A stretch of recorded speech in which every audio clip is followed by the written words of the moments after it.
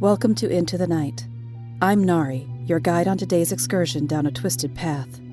Be careful not to get lost. Be it dark or light, it's easy to lose your way. Are you ready? Then let's begin.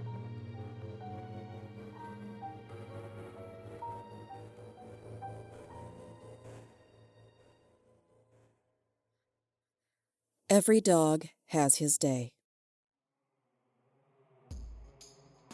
Philip Ledbetter tossed and turned in his bed. Tomorrow was the day. He dreaded it like no other. He had to go to work, and Philip hated work. Lazy may have been too harsh of a word. He preferred the term motivationally challenged. His mother hounded him for years. She didn't hide her disappointment in her youngest son. "Why can't you be more like your brother? Herb's a doctor. He has a big house and a beautiful wife. Or what about Lance? He's a lawyer in New York City. He has money coming out his ears. He drives a fancy car and he takes me on European vacations. Your sister, Abigail, she's no slouch either. She's a concert pianist and is married to a surgeon. Then there's you. What do you have to show for yourself? Nothing. You're a bum, I tell ya. A bum." His mother's words stung. She was overbearing and judgmental, but he loved her and didn't like being a failure in her eyes. "I think everyone wants their mother to be proud of them." Philip winced at the thought as he lay in the darkness. The clock ticked on the wall, and his thoughts kept him awake. In spite of her efforts, however, he wasn't inspired to greatness by her harping. His lack of motivation was strong, but he did hate knowing he was the source of her embarrassment. "Why can't Mom just accept me for who I am? Material wealth isn't everything."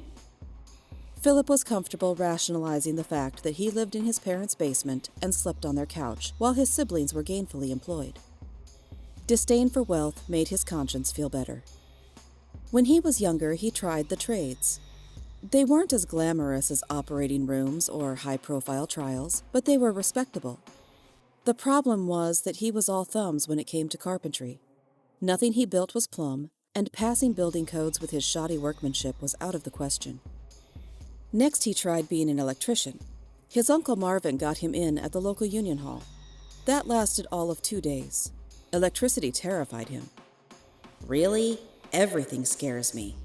I think my biggest problem is anxiety and irrational phobias." It was true.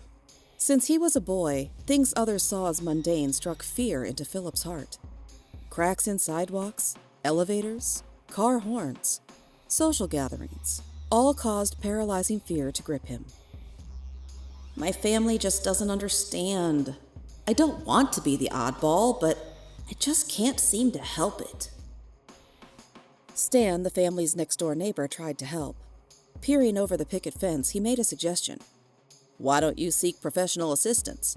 I know an excellent therapist." That was out of the question. Philip was also afraid of doctors, of any kind. No, thank you. He'd muddle through living in his parents' basement his whole life if he had to. Seeing a doctor was not a viable consideration.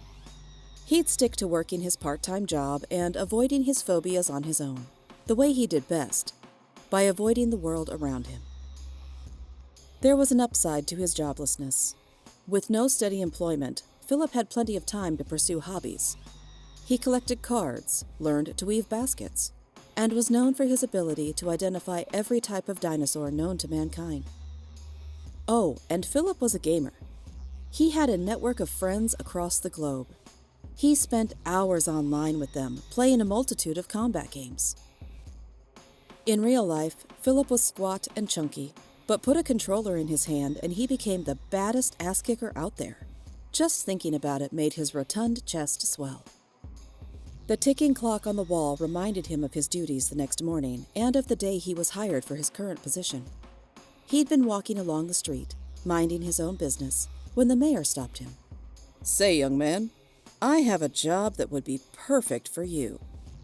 Philip froze in his tracks, unsure of how to react in this social situation. The mayor mistook his inaction for interest and continued with his spiel. "It's not too taxing of a job. I need a paid spokesperson. You'll have a few early mornings in the career, but I think you're perfect for the position. Let's go to my office and I'll have my secretary draw up your contract." Just like that, he had a job. He accepted the position in hopes that it would stop some of his mother's harping. That was years ago. Even with his part-time job, he blistered under her scrutiny. The job was better than nothing, however, and his parents encouraged him to stick with it in hopes that it could become full-time. Now the hour drew near to one of those early mornings the mayor talked about. Philip dreaded it every year, but at this point, he was boxed in. He couldn't not show up to work. His parents told him if he didn't hold down this job, they were kicking him out of the basement. He knew they meant it. He had no choice, really. When his alarm rang, he reported for duty. He admitted that the job had perks. He didn't have the big bank account to impress his mother, but he had gained some notoriety that his siblings hadn't achieved. They, of course, rolled their eyes at this and acted like it was inconsequential. But Philip knew it stuck in their craws that his name was well known. All thanks to his job as the city spokesperson, he was known as a personality. His siblings couldn't say that. A smile crept across Philip's face, and a sense of pride engulfed him. Yes, in a few moments, his alarm would go off, and he'd bask in his time in the spotlight. He'd face that other fear he had, the one of his shadow.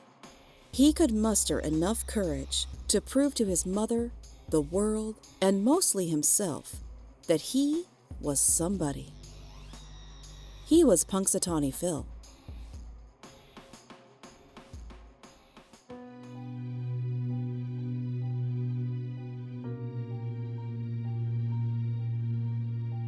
Thank you for joining me for Into the Night, an anthology series written by Caroline Giammanco, narration and sound design by Nari Kwak, theme music by Nico Rodriguez.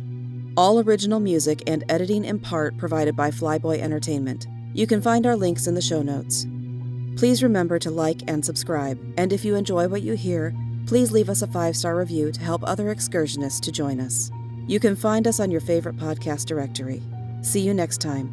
And remember, whether in the shadows or in the daylight, all twisted paths take you into the night. Into the Night is a Creative Typo Entertainment production.